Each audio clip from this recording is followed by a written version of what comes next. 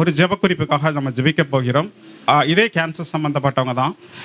உலகத்தில் அநேகர் கேன்சர்னால நிறைய பேர் பாதிக்கப்பட்டிருக்காங்க. நம்ம இங்கே ஏறெடுக்க போகிற ஒவ்வொரு ஜெபத்தின் மூலமாக அந்த கேன்சர் இந்த உலகத்தை விட்டே கேன்சர் ஆகணும். ஓகேங்களா? இனி யாருக்கும் அந்த நோய் இந்த உலகத்தில் வந்தது, வரப்போகிறது, இருந்தது என்ற அடையாளமே இருக்கக்கூடாது. ஸோ அதுக்காக நாம் திருப்பியும் ஒரு சிலருக்காக ஜெபிப்போம்.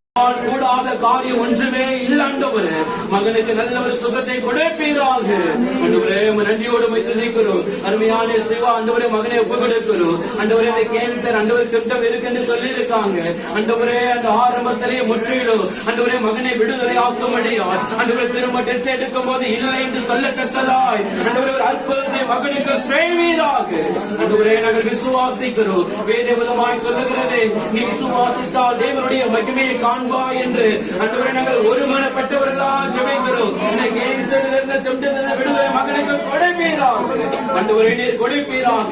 நம்மளையே நம்பியிருக்கிற ஆண்டவரே, ஏகோவா ராஃபா, சுகம் கொடுக்கிற தெய்வம், மகனுக்கு ஆண்டவரே பரிபூர்ண சுகத்தை கொடுக்கும்படியா ஜெபிக்கிற ஆண்டவரே.